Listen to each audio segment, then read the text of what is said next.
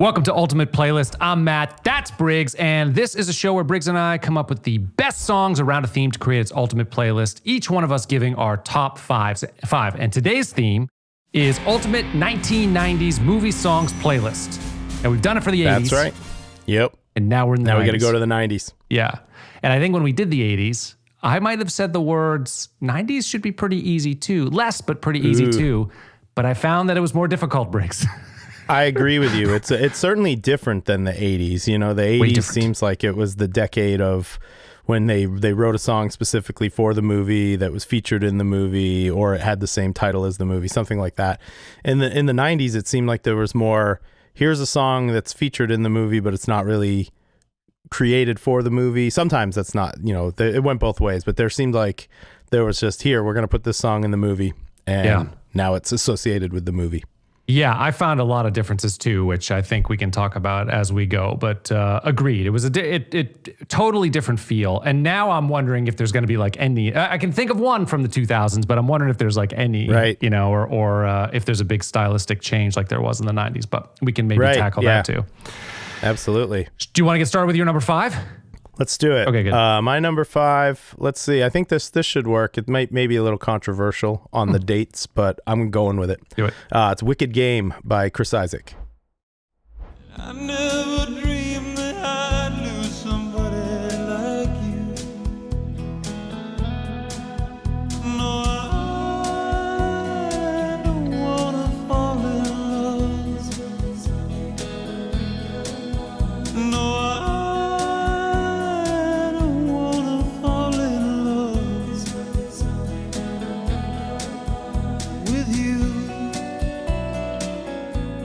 what an awesome song that is. Yep, it's great. And this was featured in Wild at Heart, the David Lynch film. Oh, yeah. With Laura Dern and Nicolas Cage. So, I mean, everyone knows this song, right? Yep. I mean, it was a pretty popular song, but it actually came out in 1989, but then was a sleeper hit after it was featured in Wild at Heart, and then it went on to greater success, and it hit number 6 on the Billboard Hot 100. I see. So it didn't really do any damage until after the movie. Correct. So that's why it's a little borderline, but it is featured in the movie in a scene. They're playing it throughout, and it is associated with that movie. And basically, it got popularized because there was like an Atlanta DJ or music programmer or something like that who was a big David Lynch David Lynch fan. So he put this into rotation on their programming, and then it spread from there, and then got popular. I see. Yeah, I think that totally counts. Yeah. And of course, I mean, people remember the music video of him, you know, cavorting on the beach, right? That was actually the second music video made for the song. There's another video that was directed by David Lynch, and it's just like a more normal video. It's not super weird. It's basically just scenes from the movie cut in with the band performing. Okay, that's cool. I've got one of mine has got a very famous film director as well directed the video, but we'll get to that when we get to that song of mine. But that's interesting. I'm like a 50-50 with David Lynch. Like 50% of his movies I really like, and 50% I'm just like kind of bored. Like I love Lost Highway. I think that's just a fantastic film. But then the follow-up Mulholland Drive, I was just like, nah, kind of just like went a little bit too far. Fair enough. I think like was it Elephant Head? Elephant Head, right? The Elephant Man. Duh. The Elephant Man. Yeah, Eraserhead. Yeah, Eraserhead. Yeah, Eraserhead. Very good. Elephant Man. Putting them together. That's good. Same thing with The Straight Story. Like a really phenomenal. The Straight Story is cool. Quiet movie. Yeah. It's very strange how it's like so normal. But then some of the, or even Dune I really liked back in the day. Of course. Sure. Blue Velvet. I mean, I'm a fan, and Twin Peaks, of course, is great. Yeah. If you're into it, I mean, you either go with him or you don't. He's got too much of a love for dream pop, though. That's where I draw the line. Like that stuff kills me. I can't listen to that. I'm on board. I like David Lynch. I like him too, but I think, like I said, I think he's 50-50. I'm 50-50 with him. But gotcha. I'm more 80-20. Or higher, all right. I feel like. But I actually have no recollection of this movie, of Wild at Heart. I probably saw it maybe in college sometime, but I just can't even. I remember like snippets, but I have like no recollection of the plot or anything. It's described as a romantic crime drama film, which I guess is accurate. It's based on a book. Oh, okay. Yeah. Something else. But it's got a lot of David Lynch stuff in it, for sure. I bet. Yeah. Like weirdness. He's known for David Lynch stuff, of course.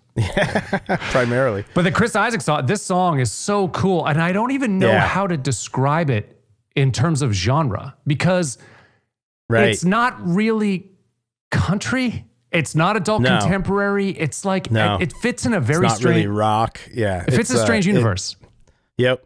But it's so at cool. The center of a weird Venn diagram. Yeah, it is, because it does have like his voice is definitely, he has a country voice. Although he's got more of a, I don't know if it's a rockabilly or like a 50s but he's got voice. a little bit of twang to it. Yeah, it's like an old school sort of thing. And then the guitar is so awesome. Exactly. There's the lap steel and, going on and some other stuff. But it's like it's this guy, James Wilsey, who was known as the king of slow on guitar. So he plays like a Strat and he hits the whammy bar, so he's bending into it real slow and it sounds great. That's right. Yeah. And it holds up. It's awesome.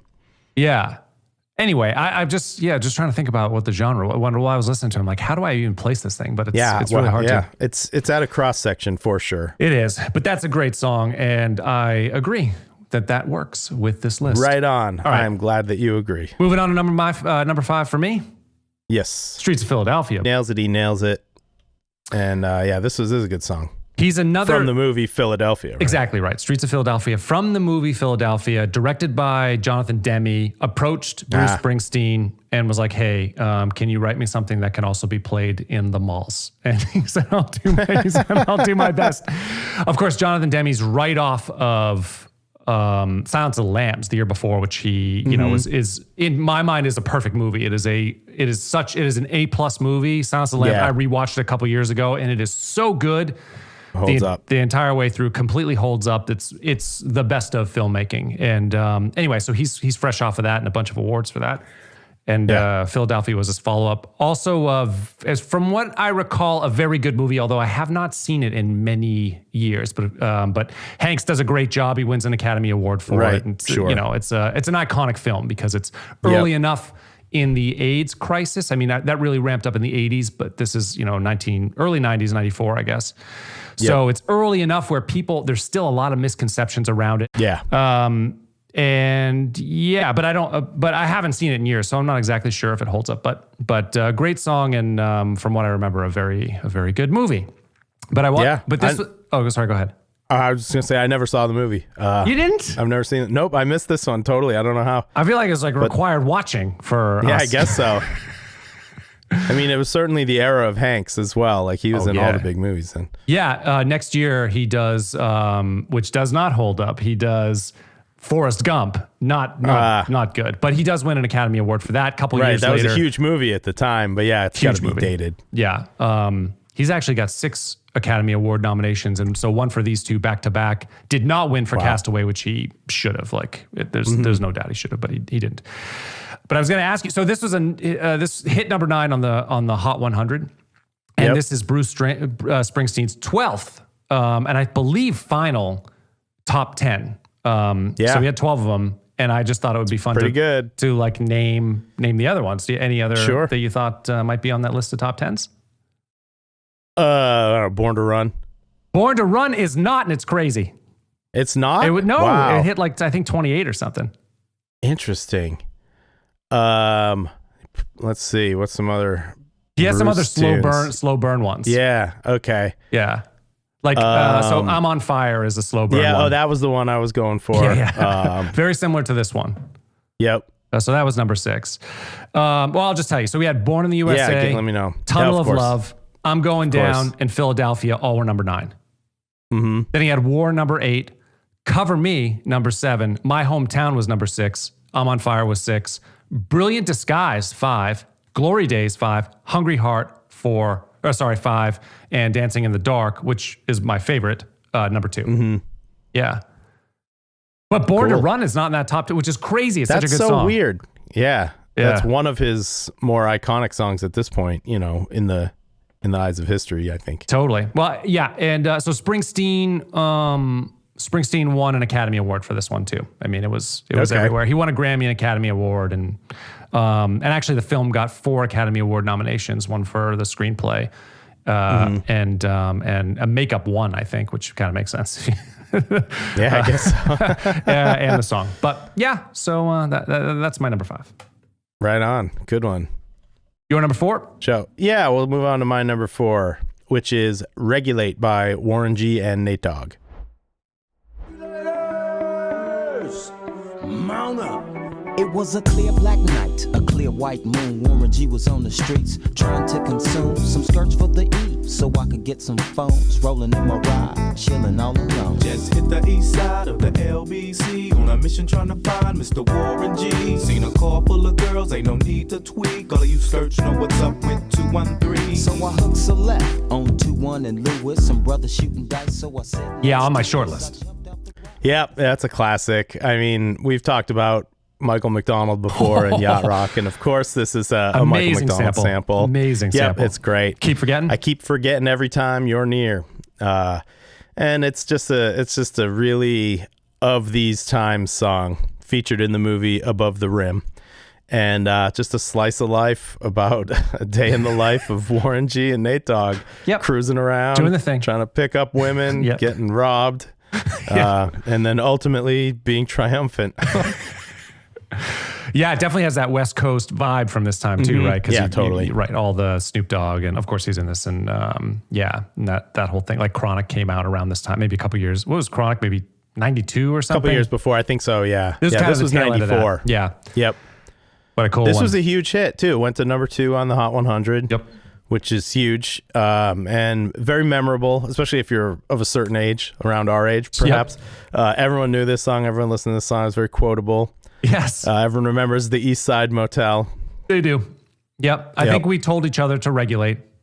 Yeah, I think so. Yeah, I don't. Which one was Above the Rim though? I'm trying to think of which one that was. Yeah, it was. Like who was in it? Tupac was in it. Oh, Tupac was in it, of course. Yep. This was. It's considered the conclusion to the Harlem trilogy, which is the first 2 films in that were New Jack City and Sugar Hill. Oh, okay, that's right. Yeah, so New Jack City. It's Ice-T. Was Ice-T in I think that? New Jack City was Ice-T. No, Wesley Snipes, right? I thought with Ice-T. Is he in it also? I could be wrong. I think I actually saw that in the theater. Ice-T. Okay, good. Yep. Phew, that's the one I was thinking of. Mm-hmm. I saw that in the theater. Chris Rock, a young Chris Rock is in that. Interesting. Yeah, I don't remember him. Yeah. But Above the Rim had Tupac, a couple other people, Marlon Wayans. Oh, yeah. All right. Yeah. Yeah. It's about basketball. Not He Got Game, though. The Spike Lee joint. Nope, not that one. I liked that one back in the day. Yeah, it's good. Yeah. Yeah, okay, cool. That's a good one. I've always liked that song. Yeah. How can you not? Moving on to my number 4. Let's do it. Iris by the Goo Goo Dolls. And I don't want the world to see me, 'cause I don't think that they'd understand when everything's made to be broken. I just want you to know who I am. And I don't want the world to see me, 'cause I don't think that they'd understand when everything's made to be broken. I just want you to know who I am. Nice one. I missed this one totally. Obviously a big hit. Big hit, and it was from City of Angels, which was 1998. So I just have kind of a sneaky appreciation for the Goo Goo Dolls. I mean, they're definitely kind of they're a ballad band. Sure. But Resnick is a good writer, and he does like a bunch of altered tuning stuff, which I always think is really pretty. And I think this one's very good. So the director of the movie brought a bunch of musicians to see a screening of the film, an early cut of the film, to get a feel for it before they would write songs. So Alanis Morissette and Resnick went, and Sarah McLachlan, who also had a song "Angel" on this on the score or on this soundtrack. Alanis did Uninvited. I don't know if you remember that song. I was like, obviously late 90s Alanis. No, I don't remember that one. But Resnick, this is what he said about it. I was thinking about the situation of Nicolas Cage character in the movie. This guy's completely willing to just give up his own immortality just to be able to feel something very human. And I think, wow, what an amazing thing it must be to love someone so much that you give up everything to be with them. That's a pretty heavy thought. So he enjoyed the movie and wrote the song. My personal opinion is this movie is trash. And I don't know if you've ever seen it. No. I avoided it, when it came out in 98, because we're at this point, I'm old enough where I'm like, I don't want to watch this type of movie. Like, this is not, I like Nicolas Cage, but I don't want this, like, Nicolas Cage. See him in this one with Meg Ryan. And like Angels thing. And and I'd already seen the Wim Wenders Wings of Desire, which this is based on. And that's actually a pretty cool film, but it's like, it's darker and weirder. And this one's just strange. And the premise is you've got all these angels that nobody can see that are like stalking humans all the time. It's this and the way that it's shot, it's very creepy. These like angels like creeping out, and they don't have any empathy for people. Like, they don't understand humans. They're just supposed to babysit them, and at the moment of their death, like, help them cross over. So they're just waiting for people to die and creeping on them. It's super, super weird. Okay. And it's kind of shot like a horror film. Like, if you turned off, if you turn the sound down on the movie and you just watched it, you'd be like, this is a horror film. This is horrid. Weird. And then the ending is so bad. It's so bad and so wrong and terrible. And you just like, I had to watch it for Quantum Week, and I just hated every second of it. So the movie sucks, but the song is good. Yeah, good song. That was a big hit. It was a big hit. All right. So we're on to your number 3, right? My number 3, yeah. My number 3 is Gangsta's Paradise by Coolio. I really hate the trip, but I gotta low. As they croak, I see myself in the pistol smoke. Fool, I'm the kind of G the little homies wanna be like, on my knees in the night, saying prayers in the street light. Been spending most of their lives living in the gangster's paradise. We've been spending most of their lives living in the gangster's paradise. We keep spending most of our lives living in the gangster's paradise. We keep spending most of our lives. Coolio. Yeah, gotta love it. This is another iconic. This song is so 90s to me. Oh yeah. It just has everything to do with the 90s. This was a monster hit, number 1 hit. Yep. 1995. Stevie Wonder sample, Pastime Paradise. Yep. I mean, how do you get better than that? Can't. Yeah, I can't. Yep. The video is so 90s too, with like Michelle Pfeiffer, like, and there's a little bit of voiceover too, where she's like, "What do you want from me?" Or at something. the beginning, right? Yeah, something weird. So this was from the movie Dangerous Minds, where Michelle Pfeiffer plays. Yeah, she's like an ex-Marine who goes into like a troubled school and tries to regulate, I guess, as it were. Yes. And but in the video, she plays the same character, but is like talking to Coolio. Yes, exactly. Yeah. And then they go into the rest of the video where LV, the singer, is very sweaty in that room when he's singing, and yeah, that's right. which was made fun of excellently by Weird Al and his Amish Paradise. Of course, Coolio not happy with that parody, by the way. No, too bad. I mean, who cares? Like, that's the pinnacle of success right there, is when you get a Weird Al. Oh yeah, like, come on. Yeah, and the Weird Al one is really good and memorable too. It is. Yeah. I mean, he's always awesome. So for sure. Yeah. Al's excellent. But this is one of his better mid to late period efforts, I feel like. That's true. Al. Yep. I loved Al. I remember having, I think it was the album called Fat? Or I think so. That's the one, right? Because it showed him in the Michael Jackson garb, but all puffed out. I had that cassette, and I just loved it. I was probably, it might have been like 7 or 8 when I had that cassette. And I just loved it so much. He's great. I had a few of them, and I love Al. He's great. He's always good. I can't believe he did. Even now, you know. I know. I can't believe he did that Fat video though. Like, I can't believe how hard it would have been in that giant suit. He's doing the Michael Jackson moves. It's crazy. Well, here's the thing. He still does it on tour. I mean, I guess I saw him, a while back, maybe like 10 years ago or something, He puts on a tour. suit on? And he does costume changes between every song. It is a tight show. Yeah. His band is a bunch of ninjas. They're all so good. Yep. And he's got it all choreographed. Yeah. And he plays a little video in between songs. He runs off stage. He put on the fat suit, came out, played the song in the fat suit, kicking, doing all the stuff, and then he goes back and changes into the next one. It was amazing. Weird Al is one of the most amazing live performers I've ever seen. Yeah, I know. I have not caught him, which sucks. I've only seen live footage. I watched a concert. I don't know where it was broadcast, but I watched a concert and I was like, this is so good. He's so good. It's really excellent. Because he's got crazy chops too. Like all of them have crazy chops. Yes. Oh, the band is incredible. Yeah. And he's amazing. Like he breaks out the accordion, of course, but he can dance and he runs around the audience. He can like kick above his head. He can do all this crazy flexibility stuff. It's really just a great show. And he's smart about it because he does a lot of medleys, which I guess he's always done. So you get to hear all the songs you want to hear. You know? Yeah. Maybe I'll be able to maybe he'll come down here and I'll be able to catch him sometime. That would be so good. Yeah. He's on my list and I have not been able to. He should be. Get to it. mean, I would go see him anytime. Yeah. Too bad Coolio didn't like the Amish Paradise. Takes himself too seriously, I guess. Was it the behind the music with Al or something that he talks about it, and then they go to Coolio and he was just, and I can't remember, but I saw Coolio. He was just so smug about it too, just like, it's a serious song. And it's like, what do you mean? It's a parody. We know the song is serious.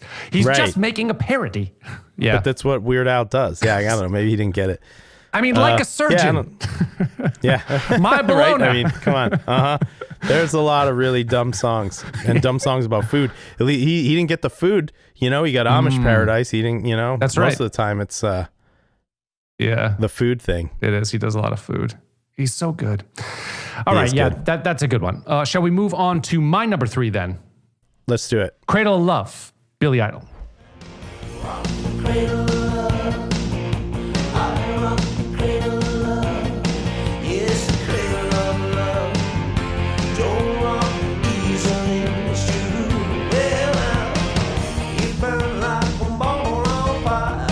When the rebel took a little child right to teach it. So go easy, yeah. Ow! 'Cause love comes a million ways. Shakes the devil when he misbehaves. I ain't nobody's fool. Come on, shake it up, whatever I do. Cradle of Nice Love. choice. Yep. This was on my short list. I like Billy Idol. Oh, I loved another one from when I was a kid. Loved Billy Idol so much. He's just and I still appreciate him as a much older adult. I look back at his songs; they're so good. He's so good. They're good, and he's good too. Yeah, he's great, and he has an amazing attitude. Like he's always for such like a punk, persona. He's like got such an amazing personality. Like he's very upbeat. Yeah. And plays with monster musicians like Steve Stevens, of course. I mean, yeah, for sure. Steve Stevens is great. Yeah. So this was a number 2 hit. This was his last U.S. top 10 from 1990. And of course, the movie was The Adventures of Ford Fairlane, which I know I saw back in the day, but don't remember it much. Of course, I remember it's Andrew Dice Clay. Of course. It was universally panned and hated. Yep. And I wondered if this had to do with, because he was getting into heat right around this time. He was just banned from MTV for doing the nursery rhyme shtick and like at MTV Music Awards in '89. So he got a universal ban there. And so I wondered if he was maybe getting like sort of canceled. But no, that didn't affect him negatively at all, because in 1990 he also sold out Madison Square Garden two nights in a row, and had just sold The Day the Laughter Died, like his sort of avant-garde comedy album where he's like bombing on stage. Yeah, for an hour and a half. That's a cool one. Oh, it's so funny. But he sold 250,000 copies of that the year before in 7 weeks. So I just think the movie was bad. Yeah, I think it's a bad movie. I think also they were trying to cancel him a little bit, at least MTV was, but you can't fight that much momentum. Like no one had as much momentum as that guy when he was at his peak. Yeah, he was so huge, so big. Yeah. I know I had some tapes early on. And everyone loved the nursery rhymes. Oh, yeah. Yeah, it was super funny. But yeah, so the video, this was the one that I was talking about where this video was directed by David Fincher, of course. Right. Yes. You know, we all know David Fincher, Seven and Social Network and all that. But it couldn't there. Okay, so there were two versions of the video. There was one which is a guy's in an old geeky guy, not that old, but an older geeky guy in his apartment getting door knocked by presumably a teenager who comes in, wants to use a stereo system, and then he goes on trying to seduce him, which is it's a kind of a crazy video. Right. But the other one that showed footage from Ford Fairlane, MTV banned. They wouldn't put it on in rotation. Right, because they would not air anything with Dice. No, they're okay with like underage love, but they're not okay with not Dice saying naughty words. Yeah. Nope. Thanks, MTV. Good job. Yeah. But it's a cool video, actually. It's really well done, and you've got like the paintings come alive, and that's where Billy Idol is. That's kind of his universe. But they had to film him from the waist up because I think he broke his legs in a motorcycle accident a few months ago. Right. He couldn't really move or something. Yeah, I saw that. Couldn't move. Interesting. Yeah. But it's definitely a memorable video. Very memorable. Huge song. Sure. Yeah. Bad movie. Yeah. Probably not one I need to go back and watch. No, I don't remember it at all. I'm sure I watched it on HBO or something back in the day, but I read the synopsis and it kind of came back to me, but yeah, I probably saw it once and was like, no. Yeah. No, I don't think so. Pretty bad. Okay, should we move on to your number 2? Yeah, let's do it. My number 2 is You Could Be Mine by Guns N' Roses.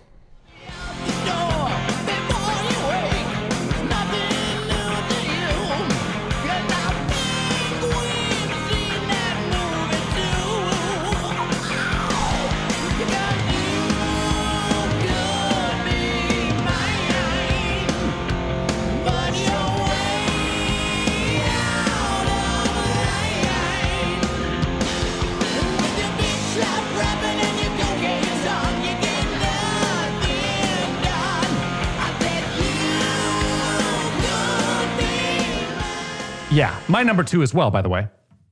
Oh, really? Okay, cool. Makes sense. Yeah, we crossed over on that one. Great song. Yep. Of course, from the blockbuster, mega blockbuster, Terminator 2, Judgment Day. That's right. Huge movie. Good movie. Yep. Yeah, good movie for sure. People tend to good like use of the song too. Oh, a great use of the song. Yeah. I remember the video too. You see like the different action scenes from T2. I think you even see the action scene where the truck actually, it might have been played in the movie where the truck goes over the bridge. Do you remember that section? I don't remember if it's used there. I mean, it's certainly associated. Definitely.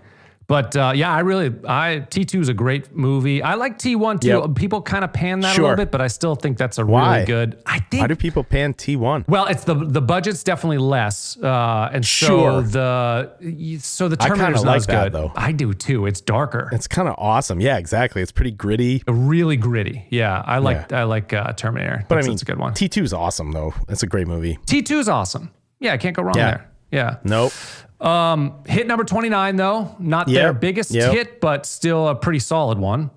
For sure. Yeah. And also, not the best Guns N' Roses song, but still a good Guns N' Roses still pretty good. Still pretty good. I guess they milk this one, man. This song is long. This is it's like a over a minute intro before there's vocals. Oh, that's funny.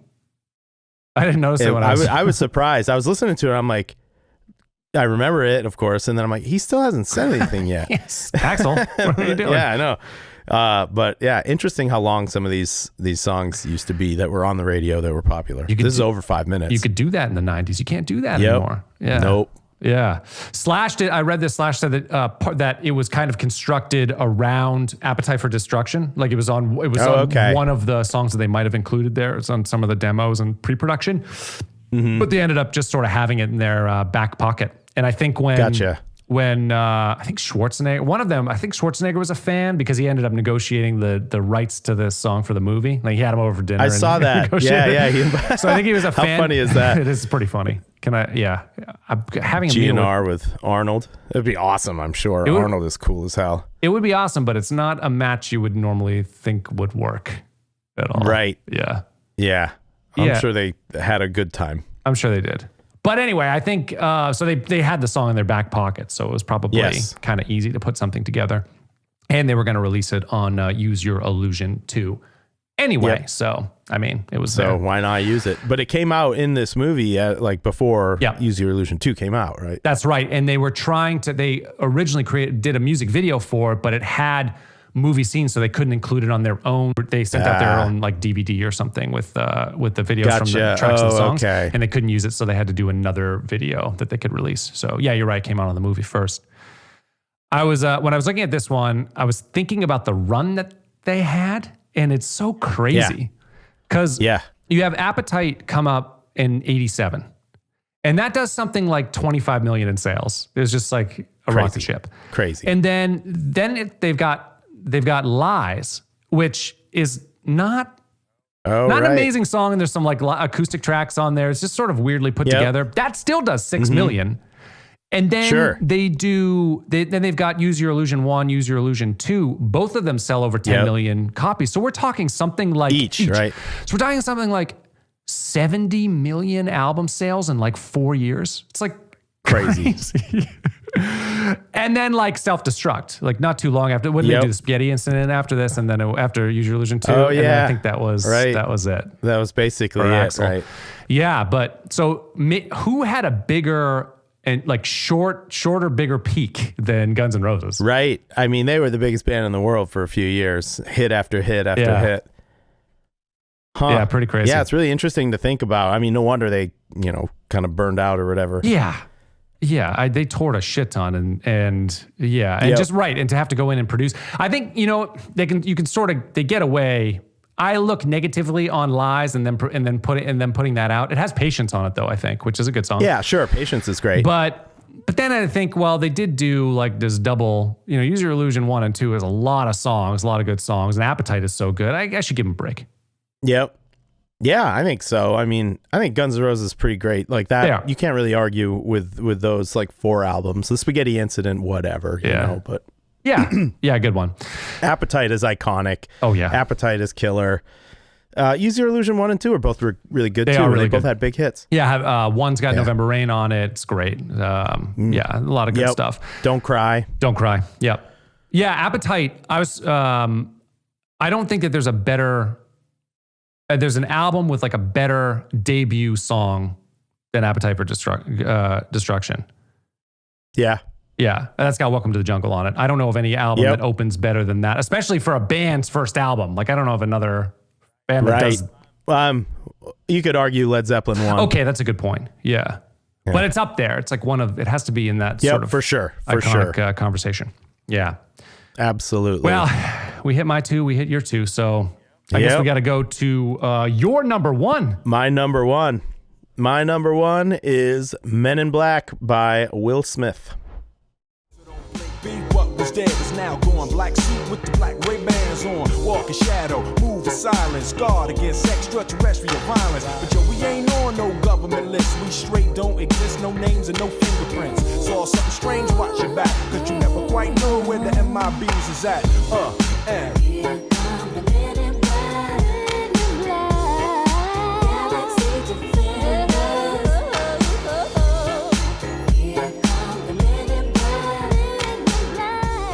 Nice one. Definitely on my short list. Yeah, I like this one. We talked about Patrice Rushen a little bit before, but this is a sample of one of her songs, Forget Me Nots, which I guess is her iconic song. But she's amazing anyways. I mean, what a piano player. But yeah, Will Smith was another guy who was on top of the world in the 90s, right?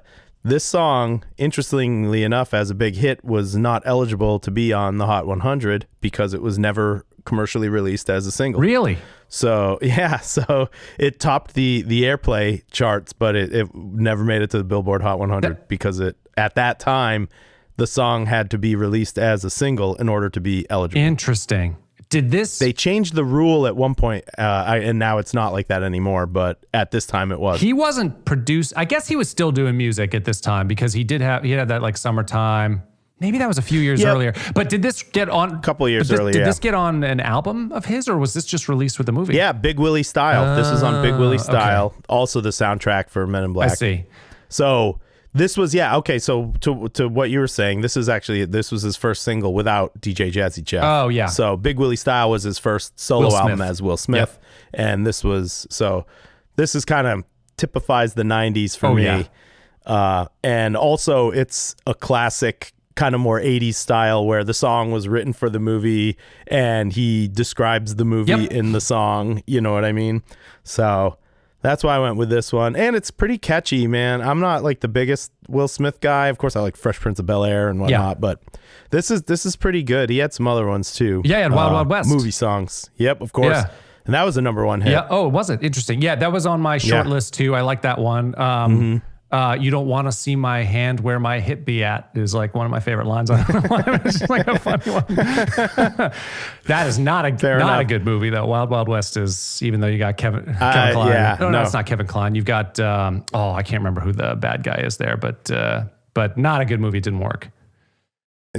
But Men in Black does work with Tommy Lee Jones. Yeah. Men in Black's a great movie.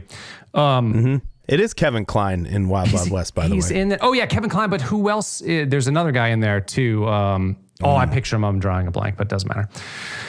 Yeah, but it was that time of Will Smith where he's doing some action films, and so you have high hopes, and it just that wasn't a very good one. No, sort of like steampunk sci-fi western, I guess. But right, yeah, it was steampunky for sure, right? Yep, but a good one. Yeah, definitely made my short list. Anything else about? Men in Black was a huge hit, and it's a good movie. That's all I got about it. Actually, so I was just thinking too, because the Ghostbusters 2 soundtrack had a rap song, Bobby Brown song, which describes the thing too. It's kind of, it feels like it's a similar vein to those two things. Yeah, and I missed that. That might have been. I totally missed that one on 90. My list here. Really? Oh, okay. Either 89 or 90. I can't quite remember because the first one's 84. So I can't remember when we did the second one. Okay. Yeah. But that one's a good one. Call the Ghostbusters and we're in control. Right. They were throwing a party for a bunch of children. Yeah. All right, cool. Shall we move? Ghostbusters 2 is 89. Okay, good. Yeah, so we didn't screw that up. We didn't miss it. Nope. All right, shall we move on to my #1? Yes. Dude, this might be controversial. So listen, if you have to push back, if you got to push back, I'm okay with you pushing back on it. Okay. Girl, You'll Be a Woman Soon by Urge Overkill. So much can't count all the ways I died for you, girl, and all they can say is he's not your kind. They never get tired of putting it down, and I never know when I come around what I'm gonna find. Don't let them make up your mind. Don't you look good? You'll be a woman soon. Please come take my hand.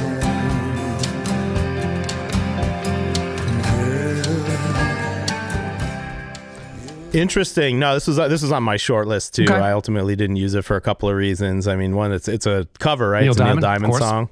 Yeah, which is fine. But from Pulp Fiction, of course. Yeah, right? 94, Pulp Fiction. Yeah. Yep. Iconic scene. Yeah, it's a good song. Iconic scene too, where you got Vincent Vega and Mia Wallace coming home from just winning the dance competition, and he's in the bathroom trying to convince himself not to have sex with her, and she's dancing to this song, finds his drugs, heroin, snorts it, and then all hell breaks loose. It's such a great scene, and probably my favorite movie. I mean, it's just an amazing movie. But it is an amazing movie. But that's why, I mean, I love Neil Diamond too. So yeah, sure, great songwriter for sure. I got nothing against Neil Diamond. I don't want to take anything away from him, but this song to me really is associated with this movie more than anything. I think probably just because of when we grew up. But so as much as it's a cover, it's overshadowed the coverness of it by its association with the movie. I think this counts for sure. Okay, thank you. I appreciate that. Hit number 59 on the Hot 100 wasn't a big hit, but like I said, so iconic because of the movie and just everybody knew it was. It was all over the place. Totally. That's actually a bigger hit than I thought it was. It had a movie on MTV. A video on MTV. I remember seeing it all the time. Right. Yeah. Right. Oh yeah. Yeah, and I heard on the radio. Yeah, I mean, I feel like it was around us a lot. Although that movie was so important to me. Yeah, totally. And, I saw it in the theater like 3 times. To a lot of people. To a lot of people, right? Yeah. I mean, this is another high watermark of the 90s Pulp Fiction time. I mean, no one had ever seen anything like this when it came out. and it still holds up. It's still pretty awesome. It totally does. But I did want to say this album that this came from for Neil Diamond, 1967's his album Just for You is a monster album too. It has it has Red Red Wine, Cherry Cherry, I'm a Believer, Shiloh, Solitary Man, and Girl You'll Be a Woman Soon. Crazy album. He wrote so many songs. Yes. Unreal. Yeah.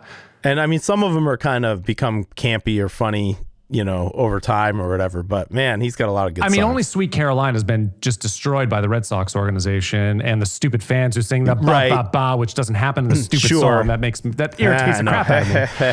Sure. But most of the other ones I think really hold up. I don't know. I don't really get too cheesed out. No, they're great songs. A lot of great. I think his personality or his persona has been made fun of. Oh yeah, more than the songs. Yeah, you know, and he definitely has that vibe. Yeah, yeah.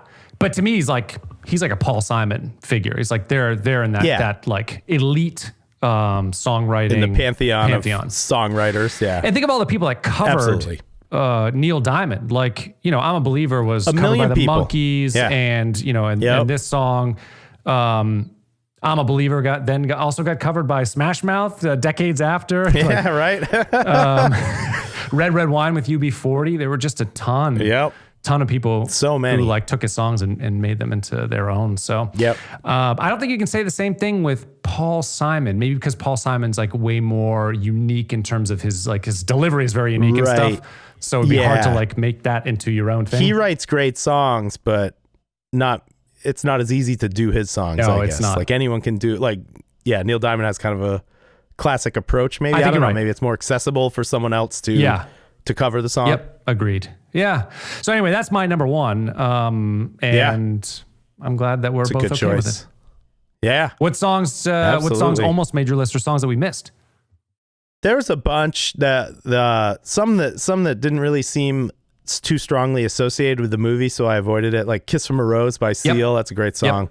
That was in Batman Forever, which is so with Poison Ivy, I think is why. Yeah. Yeah. So there you go. Yeah, I stayed away from that one too. Same reason. Yeah. Whitney Houston, "I Will Always Love You" from The Bodyguard. I was this close. You know. Yeah, it's really good. I was this close. She's such a good singer. It's an amazing performance because a cappella in the beginning. Yeah. She's unreal singer. Yeah. How effortless she can hit all these notes, and they're super stable, and she can, it's some of this too. She's like singing really quietly, but it never sounds broken. Her voice never sounds broken. It always sounds supported and nice and full and beautiful. She was just a phenomenal singer. 100%. But I almost put that on my list. In fact, I was like slotted in there, but I'm like, I don't think I can listen to this with Briggs on this show. Yeah. I mean, it's not my jam, you know. It's great. It's certainly great, but it's, it's not my jam. No. What else? You must have had "Stay" by Lisa Loeb. Yeah, I never liked that song. Lisa Loeb. Yeah. It was, that was a big hit. Number one hit. That was from Reality Bites. That's pretty 90s. That's got a lot of 90s sauce. Yeah. She was never my jam. I never really liked her. There were two other Bruce Springsteens, though. There was "Secret Garden" from Jerry Maguire and "Dead Man Walking" from, of course, Dead Man Walking. Secret Garden's I forgot about both of those. Secret Garden's like a really nice song, too. In another dirt movie. Like, Jerry Maguire is such a crap movie, too. I had to rewatch that one as well. And it's like, not good. But a very good song. I had "Blaze of Glory." Yeah, of course, "Blaze of Glory." I had that one. Another song that I don't like that was a big hit, though, "My Heart Will Go On" by Celine Dion. That's kind of not for me. Well, and that sort of brings me to some of the things that I noticed about these songs from the 90s. It's the ones in the 80s tended to be, I think maybe because there's just more action films, tended to be more upbeat, more spirited, more rocky, not like the Rocky character, but just more rock and roll. No, but rocking with guitar solos. And like bigger. There weren't as many ballads, where now it's like love song. It's like the rise of the diva woman. Listen to this. The adult contemporary divas do "My Heart Will Go On," "Wind Beneath My Wings," which is Bette Midler. "I Will Remember You," Sarah McLachlan. "I Will Always Love You," Whitney Houston, and "Hero," Mariah Carey. Like that's just I'm sure there's more that I missed too, but it's a ton of those. Yeah, for and sure. some of the male ones too, like "End of the Road" by Boyz II Men, I think, right? Boyz II Men. Yep, that was on my short list. That's a good song. For better or for worse, it's their iconic song. Yep.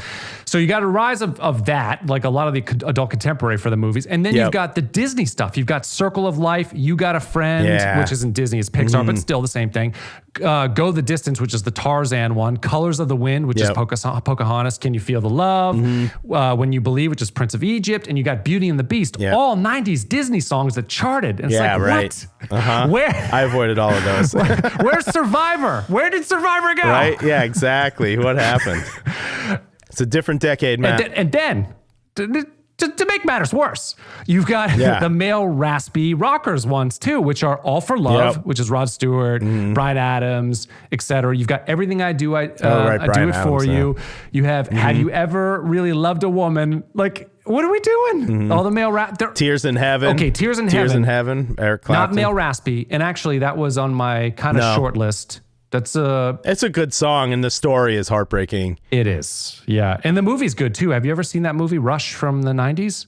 No, I haven't. It's a very, very underrated, very good movie, and that is a good song for that movie. But yeah, it's just Fair enough. The songs just change. It's just not as cool. Besides, like Guns N' Roses, I mean, most of the stuff is just a lot different genre-wise. And I'm not saying for the better. And well, I mean, Guns N' Roses, the You Could Be Mine is also 1991. So as you progress through the decade, there are big changes. You know, by the end of the 90s, you're entering into like boy band territory. Yeah, which makes me wonder what's going to happen in the 2000s if we do that. Right. Yeah. There was also the Bond ones too that happened in the 90s. So there was Tina Turner with Goldeneye. Garbage did. Oh, right. Did they do? Was it The World Is Not Enough? I think whatever the last one was in the 90s. Garbage did for it was the last Pierce Brosnan one, I think, or second to last. I can't remember. Okay. Those are okay. The Tina Turner one's pretty good. I think the Bond songs actually get better in the 2000s. We have Casino Royale. The theme to that is amazing. That's Jack White and who else does that with him? Drawn a blank, but that's an amazing song. Me too.